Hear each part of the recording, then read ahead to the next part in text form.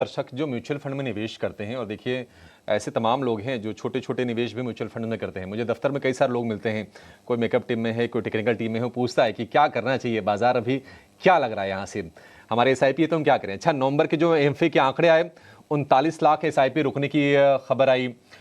SIP stoppage ratio 76% पर पहुंच गया 6 महीने के हाइस पर। हालांकि एसआईपी का जो फ्लो है 25,000 करोड़ का, वो लगातार दूसरे महीने आया।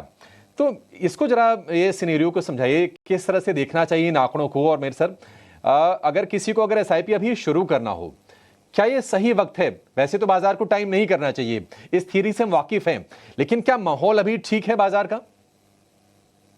देखिए, एसआईपी का मतलब ये है कि आप बाजार को टाइम नहीं कर रहे हैं।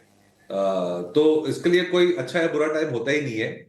आपको स्टेज इन लाइफ में आपको अगर वेल्थ क्रिएशन का की जर्नी शुरू करनी है तो एसआईपी तो कभी भी शुरू कर सकते हैं और करनी ही चाहिए।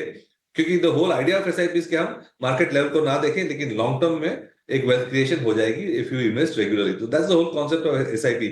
तो हमने जो वॉलेटिलिटी देखी है नवंबर दिसंबर में, उसकी वजह से अगर कोई सोच रहा है कि एसआईपी डिसकंटिन्यू करे तो ये मेरे ख्याल से गलत डिसीजन रहेगा। क्योंकि फिर सपोज मार्केट ऊपर चला जाता है तो फिर आप वेट करेंगे कि भाई अब इतने हाई लेवल पे क्यों डाले। तो मेरे ख्याल से ये ज्यादा सोचना नहीं चाहिए। SIP suppose to be regular investment without discretion. And of course जैसे आपकी इनकम लेवल बढ़ती है तो आप एसआईपी की क्वांटम अपने इनकम के हिसाब से बढ़ा सकते हैं। लेकिन स्टॉप ना करें। टाइम टाइम करने की कोई गुंजाइश नहीं है।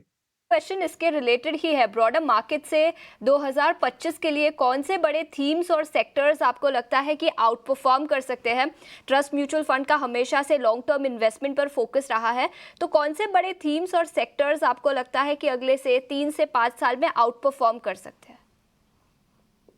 तो सबसे बड़ा जो फोकस मैं जैसे हम कह रहे हैं कि जो हमारा इंफ्रास्ट्रक्चर और manufacturing both government as well as private sector पे फोकस है, वो कंटिन्यू रहेगा, वो बरकरार रहेगा।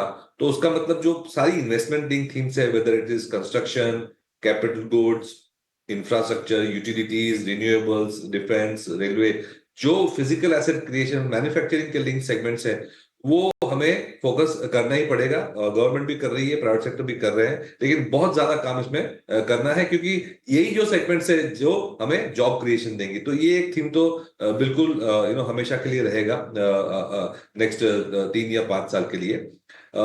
जो मीडियम टर्म में मैं कहूंगा तो अभी भी जो हमारी कंजम्पशन की जो ग्रोथ है वो एक्सक्यूज मी, वो अभी भी एक के शेप्ड नेचर का है।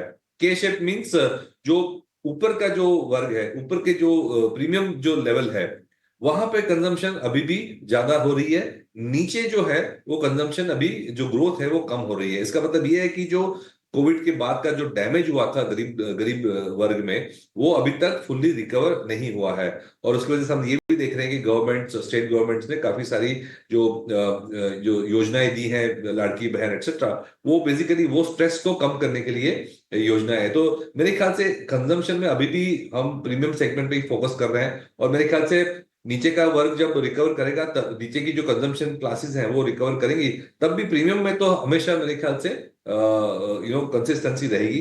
तो प्रीमियम कंजम्पशन है, फाइनेंशियलाइज सेविंग्स है, क्योंकि जैसे इनकम लेवल बढ़ रही है, मिडिल क्लास बढ़ रहा है, रिच क्लास बढ़ रहा है, तो हम देख रहे हैं कि wealth management, broking, asset management, insurance, सारी जो सेविंग्स के लिंक्ड जो थीम्स है वो ज्यादा हाई रेट्स पे ग्रो कर रही है। तो ये भी मेरे ख्याल से एक लॉन्ग टर्म थीम जो है हम प्ले कर रहे हैं। और तीसरा जो हम थीम प्ले कर रहे हैं वो बेसिकली ये है कि जो नई कंपनीज आ रही हैं, जो न्यू बिजनेस मॉडल्स क्रिएट कर रही हैं, एग्जिस्टिंग बिजनेस मॉडल्स को डिस्टर्ब कर रही हैं, वो वैसे मॉडल्स जो ऑलरेडी 4-5 बहुत सक्सेसफुल मॉडल्स लिस्ट हो चुके हैं बाजार में। लेकिन मेरे ख्याल से अभी तो बहुत ज्यादा प्राइवेट इक्विटी और वेंचर कैपिटल फंडेड कंपनीज हैं जो जो बाजार में आएंगी अगले 1 से 5 साल में। यहाँ भी हम काफी एक्साइटेड है क्योंकि स्टॉक पिकिंग इसमें भी अच्छी हो सकती है।